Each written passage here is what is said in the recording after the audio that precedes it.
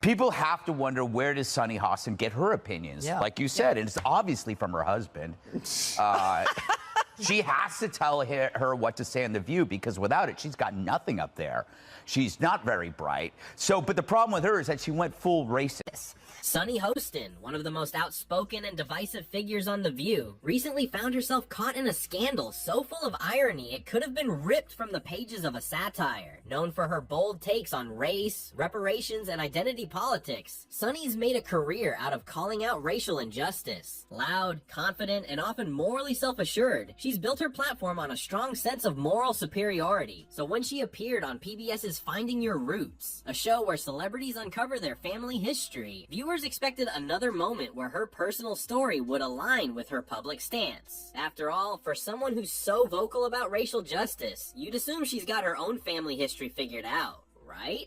Wrong. What Sunny uncovered on that show was jaw-dropping, leaving both her and the internet in total disbelief. Sunny Hostin. Sounds like a town. We're in Sunny Hostin. She was on PBS's Finding Your Roots, a show dedicated to researching celebrity ancestry. For context, Sunny is a staunch supporter of reparations and has made a fortune spewing nonsense about white privilege and racial justice. Well, turns out she's not as oppressed as she claims she is. She's actually the descendant of slave owners from Europe. Before we dive into the juicy drama, though, make sure to hit that like button and subscribe so you don't miss any of the latest Hollywood gossip. As Sunny sat across from renowned genealogist Henry Louis Gates Jr., ready to explore the mysteries of her ancestry, she had no idea that the bombshell awaiting her would turn her world upside down. It turns out her ancestors weren't struggling immigrants or oppressed minorities. No, they were slave owners. That's right, Sunny Hostin, the woman who spent years fighting for reparations and denouncing the legacy of slavery, discovered that her own family directly benefited from the very system she's been condemning. Her reaction, shock, awkwardness, and a moment of pure discomfort. Wow. I'm a little bit in shock. I just always thought of myself as Puerto Rican, you know, half Puerto Rican. I didn't think I was, my family was originally from Spain and slaveholders. Yeah. So how are you feeling, my friend? I think it's actually pretty interesting that my husband and I have shared roots. Yeah. So I do appreciate that. And I think it's great for our children to know this information. I guess it's a fact of life that this is how some people made their living, on the backs of others. She blinked, clearly struggling to process the revelation. I didn't think my family was originally from Spain or slaveholders, she stammered, almost as if the words were foreign to her. For a brief second, the room went quiet, an awkward silence so heavy you'd swear your TV had frozen. Being the professional that she is, Sunny tried to salvage the moment, muttering something about how this would be an interesting tidbit for her kids to learn. But let's be real, the damage was already done. And of course, it didn't take long for Fox News' Greg Gutfeld to jump in on the fun. If irony had a trophy, Greg just snagged it, kicking off his segment with a punchline that hit the mark. He quipped, "Sunny Hostin's ancestors were slave owners? That's like finding out a vegan secretly owns a barbecue joint." The audience erupted in laughter, and Greg wasted no time digging into the layers of hypocrisy. People have to wonder, where does Sunny Hostin get her opinions? Yeah. Like you said, and it's obviously from her husband. She has to tell her what to say on The View, because without it, she's got nothing up there. She's not very bright. But the problem with her is that she went full racist. She injected skin color into a fairly generic behavior seen in all spouses, regardless of skin color. People marry, they listen to each other, they have something in common with them, they share their political views.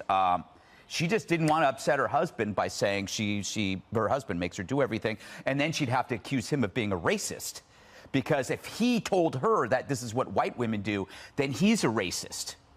You see? Sunny's been quick to call out others for their past mistakes, but when it came to her own history, Greg pointed out a glaring double standard. Next time Sunny pulls the race card on The View, someone's gonna remind her, "At least we're not slave owner racists," he joked. But it wasn't all about the laughs. Greg also took aim at what many found troubling, Sunny's complete lack of accountability. Instead of offering any kind of apology or deeper reflection on her family's past, she dismissed it as just a fact of life. Naturally, social media went went wild as soon as the revelation hit the airwaves. Twitter, Instagram, and TikTok exploded with reactions, many of them hilarious. One tweet read, "Sunny Hostin finding out her family were slave owners is the plot twist of the year." And of course the memes came flooding in, one of the most viral being a mock-up of Sunny with the caption, "Reparations." Let me write that check to myself real quick. Some of her fans tried to defend her, arguing that she shouldn't be held accountable for her ancestors' actions, but others were less forgiving. "It's not about blaming her for what her ancestors did," one commenter wrote. "It's about the hypocrisy of shaming others while ignoring the skeletons in your own closet." Greg didn't stop at Sunny. He also used the moment to critique the broader issue of identity politics, suggesting that it oversimplifies complex issues. Quote, "A lens of empathy.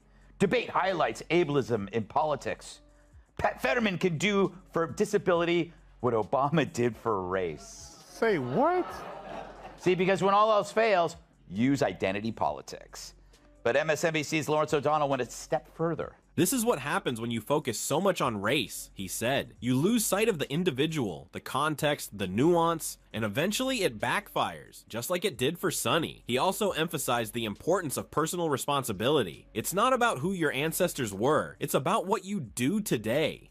For years, Sunny's been lecturing others. Maybe now it's time for her to take a long, hard look in the mirror. This whole situation brings up some important questions about how we deal with historical accountability. Should someone like Sunny, who frequently condemns others for their ancestors' actions, be held to the same standard? Or is it enough to simply acknowledge the past without letting it define you? These elites are so isolated, they've forgotten that most Americans don't get paid to sit in a comfy chair pontificating about everything all day. Nope, some of us are cameramen whose names I don't know. But maybe one day when we finally strip away this phony race war, it will finally expose this elite mentality. And we'll find out Sunny is just like Marie Antoinette, except she says, "Let me eat cake." Greg's panel had a field day with this one. One co-host joked, "If Sunny's been shaming descendants of slave owners, does she now have to shame herself?" Another added, "It's funny how wrapped up she is in identity politics. Turns out she didn't even know who she was." While the internet had a blast at Sunny's expense, some pointed out that this could have been a turning point for her. Instead of brushing it off as just a fact of life, she could have used the revelation as an opportunity to spark a more nuanced conversation about history, identity, and the complexities of her own family's past. Imagine if she'd said, "I've learned something surprising about my family, and it's making me rethink how I approach these conversations." But instead, it was just a shrug and a quick pivot. Even Sunny's co-hosts on The View seemed unsure how to react. Whoopi Goldberg, known for her sharp humor, may have been holding back a quip like, "Sunny, do you want me to get you coffee? Or should we ask your slaveholding ancestors for a refill?" I make fun of The View a lot, but that's only because they keep talking.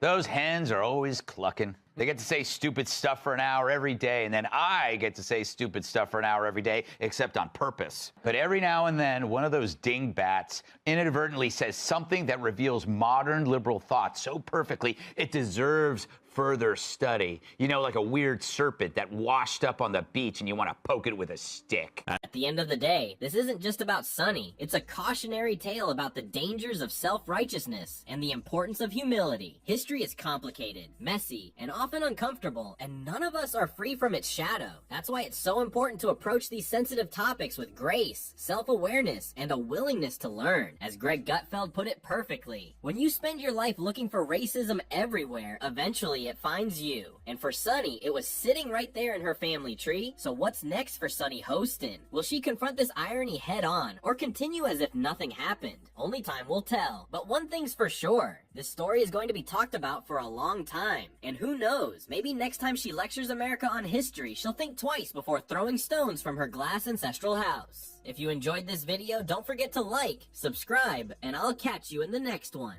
Peace.